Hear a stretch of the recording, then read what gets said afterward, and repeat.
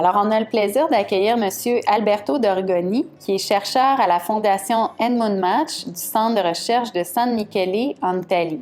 Il réalise plusieurs essais sur la conduite des pommiers en multi-axes pour former de véritables murs fruitiers. Sa vision d'un système de murs fruitiers vise à réduire l'apport de produits chimiques et de main-d'œuvre et convient très bien à la mécanisation.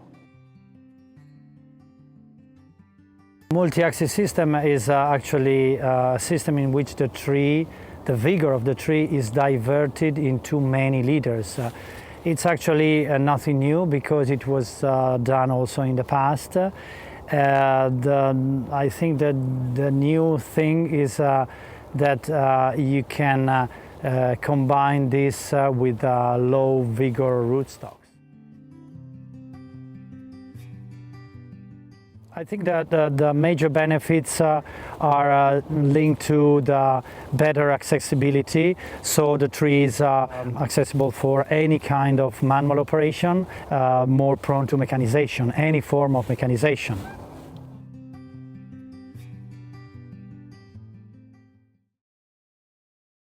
Definitely we can achieve the same productivity.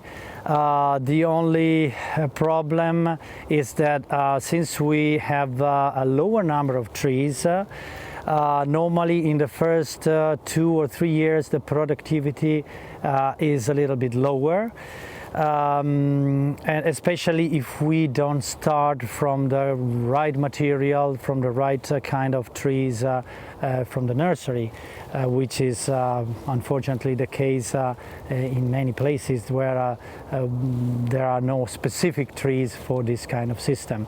But in the medium long run, the productivity is can reach really high amounts. We are talking about 100 tons per hectare in good environmental conditions, and the quality is really good. It's possible to change from a system to another because trees have a great plasticity. Of course, in an older planting, it's very difficult to get transformation. And in particular, I would not advise a grower to do a transformation when the distance between the rows is very wide, let's say about 4 meters, because you would lose a certain amount of crop.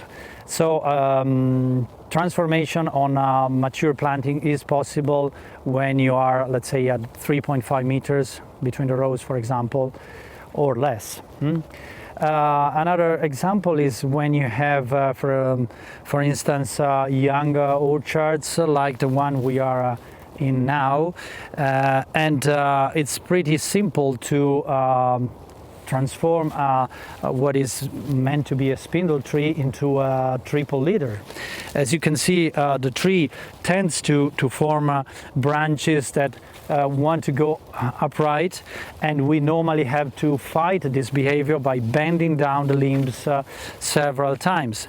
But you can see that in this case, for example, the branches can be put vertical, one on each side, on both sides, to the north and to the south, and you can get a multi-leader system pretty easily. Alors maintenant, on va se déplacer au verger de l'IRDA où Gérald Chouinard réalise des essais de production sous filet.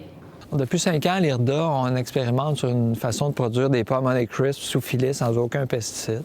Donc depuis 5 ans, on évalue la protection que ces filets donnent contre les différents insectes ravageurs, contre les maladies également, puis contre toute une série de critères. En installant les filets dès le débourrement, en les enlevant simplement à la récolte, on ouvre 1 ou 2 fois pendant la floraison, puis on mesure effectivement l'efficacité de tout ça.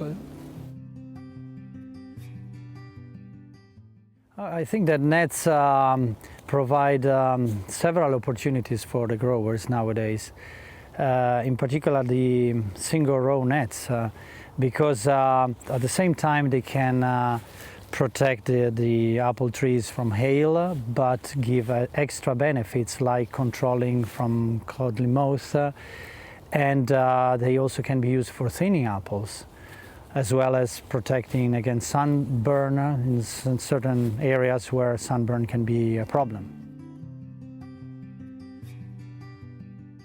I think that being multitasking, those kind of system increases the profitability because on one hand the anti-hail nets are specifically meant to protect apples from hail and nothing else, while these systems can have several other benefits and after all they cost not much than a standard anti-hail system.